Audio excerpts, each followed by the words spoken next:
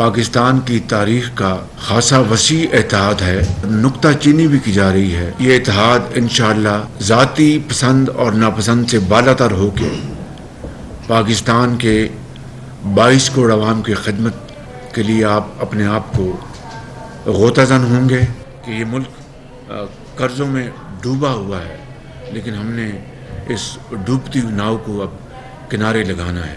جو زہریلا پروپیگنڈا ہے، فیکٹ بیس جواب دینا ہوگا۔ 4 سال اپوزیشن کو بدترین انتقام کا نشانہ بنایا گیا۔ حکومتی اتحاد میں شامل جماعتوں نے مشکلات جھیلیں۔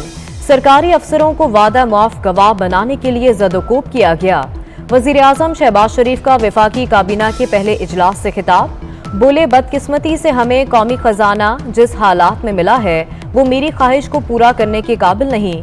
ملک قرضوں میں ڈوبا ہے، قوم کے مفاد میں بہترین فیصلے کریں گے۔ ماضی کی غلطیوں سے سبق نہ سیکھا تو شدید خطرے میں ہوں گے۔ حکومت پر نکتہ چینی کی جا رہی ہے، زہریلے پروپیگنڈے کا حقائق کی بنیاد پر جواب دینا ہوگا۔ سینسٹیو پرائس انڈیکس، یہ 51 وہ چیزیں ہوتی ہیں جو اشیاء خورد و نوش ہوتی ہیں جو ہمارے لیے ضروری ہے زندہ رہنے کے لیے، اس میں اس وقت مہنگائی 17.3% ہے۔ اس سال صرف اس سال یہ عمران خان کا بجٹ ڈیفیسٹ 5600 ارب روپیہ ہو رہا ہے۔ پونے 4 سالوں میں اگر آج تک گن لوں تو خان صاحب نے 20,000 ارب روپے سے زیادہ قرض لیا ہے۔ عمران خان نے پونے 4 سال میں 20,000 ارب روپے سے زائد قرض لیا، ایک پیسہ قرض ادا نہیں کیا گیا۔ 2021-22 میں بجٹ خسارہ 5,600 ارب روپے ہے۔ کھانے پینے کی اشیاء میں مہنگائی 17.3% ہے۔ وزیر خزانہ مفتاح اسماعیل کی نیوز کانفرنس، بولے پی ٹی آئی دور میں ایک اینٹ بھی نہیں لگائی گئی، عمران خان دور کا سارا خرچہ تختیوں پر ہوا۔ مفتاح اسماعیل نے عمران خان کے معاشی جھوٹ اور نااہلی کا خط بھی لہرا دیا۔ مریم اورنگزیب بولی، وزیر اعظم کی خواہش ہے عوام کو فوری ریلیف دیا جائے۔ پیٹرول اور ڈیزل پر دی گئی سبسڈی سیاسی پوائنٹ سکورنگ قرار، پیٹرولی مصنوعات پر سبسڈی سے قومی خزانے کو 67 ارب روپے کا نقصان پہنچا۔ ڈیزل پر 52 اور پیٹرول پر 22 روپے فی لیٹر نقصان کیا گیا۔ معاشی ماہرین کی وفاقی کابینہ کو بریفنگ، کابینہ نے ای سی ایل کمیٹی بنا دی۔ وزیر قانون اعظم نذیر تاڑر، ایاز صادق، مرتضی محمود، نوید قمر کے نام شامل۔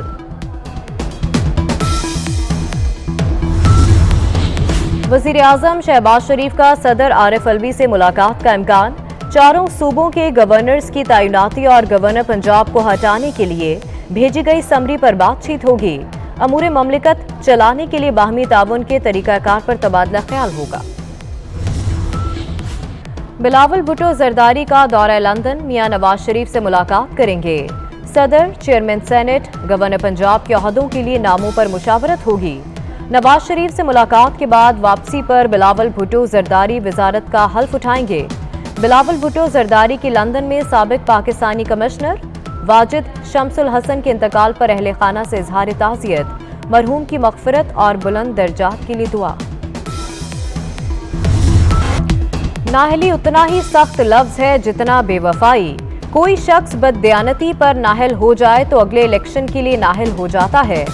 صدارتی ریفرنس کی سماعت کے دوران چیف جسٹس کے ریمارکس، کسی رکن کو پارٹی پالیسی سے اختلاف ہو تو استعفیٰ دے سکتا ہے۔ صدارتی ریفرنس کی سماعت کے دوران جسٹس اعجاز الاحسن کے ریمارکس، جسٹس منیب اختر نے ریمارکس دیے، ارکان آزاد پرندے کی طرح اپنی مرضی سے جماعت سے انحراف نہیں کر سکتے۔ فاروق نائک نے دلائل دیے، آرٹیکل 63A میں ترامیم میں نااہلی کا لفظ شامل نہیں۔ عمران خان کو ملنے والے تحائف کی معلومات فراہم کرنے کا کیس، اسلام آباد ہائی کورٹ کے انفارمیشن کمیشن کے فیصلے پر عمل درآمد کی ہدایت، جسٹس میاں گل نے ریمارکس دیے، بیرون ملک سے ملے تحائف کوئی گھر لے گیا تو واپس لیں، لوگ آتے اور چلے جاتے ہیں، وزیر اعظم آفس وہیں رہتا ہے، جو بھی تحفہ دیا جاتا ہے وہ اس آفس کا ہوتا ہے، گھر لے جانے کے لیے نہیں۔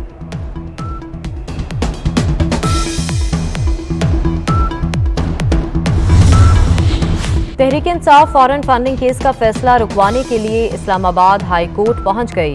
اسد عمر کی سنگل بینچ کے فیصلے کے خلاف intra court appeal, justice Mohsin Akhtar Kayani نے الیکشن کمیشن کو 30 روز میں فیصلہ کرنے کا حکم دیا تھا۔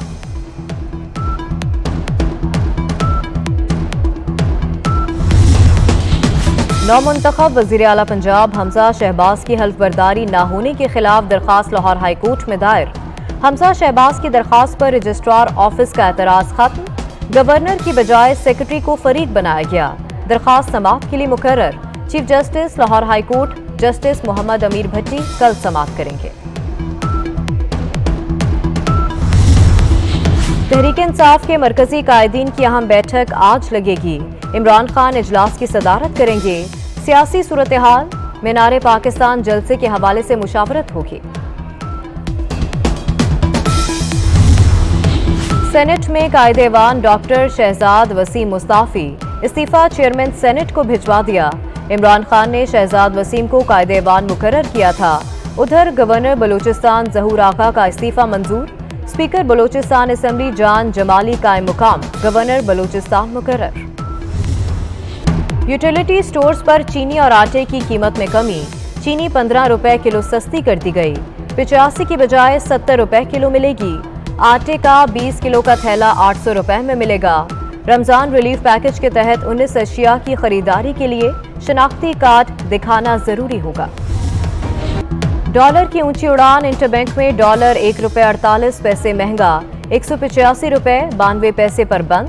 معاشی ماہرین کا کہنا ہے درآمدی بل بڑھنے اور بیرونی قرض کی ادائیگی پر روپیہ دباؤ کا شکار ہے۔ کراچی والوں کے لیے بجلی مہنگی کرنے کی تیاریاں، کہ الیکٹرک کی بجلی 5 روپے 27 پیسے فی یونٹ مہنگی کرنے کی درخواست۔ نیپرا 27 اپریل کو سماعت کرے گا۔ بجلی مہنگی ہونے سے عوام پر 8 ارب 59 کروڑ 20 لاکھ روپے کا بوجھ پڑے گا۔ حکومت کے لیے ایک اور بڑا چیلنج، پی ایس او کے پاور سیکٹر اور دیگر اداروں پر واجبات تاریخ میں پہلی بار 500 ارب سے بڑھ گئے۔ پی ایس او کے لیے درآمدی RLNG بھی مالی بحران کا بڑا سبب بن گئی۔